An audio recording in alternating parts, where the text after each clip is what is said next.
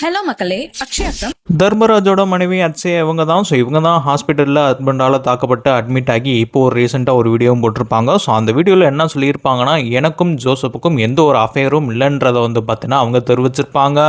என் பேர் அக்ஷயா. இப்போ சோசியல் மீடியால பரவிட்டு இருக்க வீடியோ எதுவுமே இப்ப எடுத்தது கிடையாது. 2025 எடுத்தது ஃபேக் வீடியோ. அவர் வேணும்னே கஞ்சா அடிச்சுட்டு நான் தங்கியிருக்க ஹாஸ்டல்ல வம்பிழுத்தாரு. அங்க ஸ்டாஃப் எல்லாருமே தான் தங்கியிருப்போம். என் கூட பக்கத்து ரூம்ல எங்க 2 பிள்ளைங்களா இருந்தாங்க. அவங்களெல்லாம் ஒரு கவர் பண்ணி எடுக்கவே கிடையாது. ஜோசப் ப்ரோ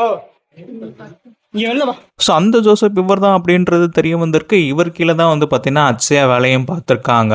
இவரை பற்றி வேற எந்த டீட்டெயில்ஸுமே பார்த்தீங்கன்னா அக்ஷயா வெளியில சொல்லவே இல்லை. அண்ட் அது மட்டும் இல்லாமல் தர்மராஜ் மனநல பாதிக்கப்பட்டவர் சைக்கோனும் சொல்லியிருக்காங்க.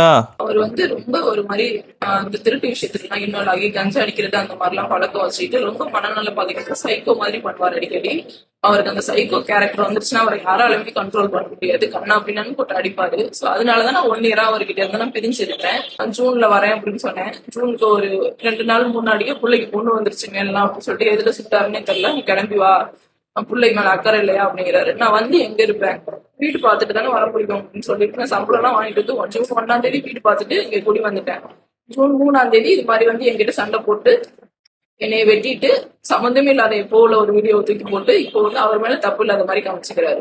அக்ஷயா ஜோசப்கிட்ட வேலை பார்த்துருக்காங்க. இவங்க 2 பேத்துக்குமே அஃபேர் இருக்குது தப்புன்றத தர்மராஜ் நிறைய இடம் சொல்லியிருக்காரு, சண்டையும் போட்டிருக்காரு. அதுக்கப்புறம் 1 வருஷம் கழிச்சும் திருப்பி சண்டை வந்ததுக்கு அப்புறம் வேற வழியே இல்லாம பார்த்தீங்கன்னா வெட்டிட்டு இந்த வீடியோவை போட்டுட்டு ஜெயிலுக்கு போயிட்டாரு. அக்ஷயா அவங்களோட வீடியோல ஜோசப் பத்தி எதுவுமே சொல்ல. அண்ட் இப்போ ஜோசப்பும் தலைமறைவா இருக்கிற மாதிரி தெரியுது.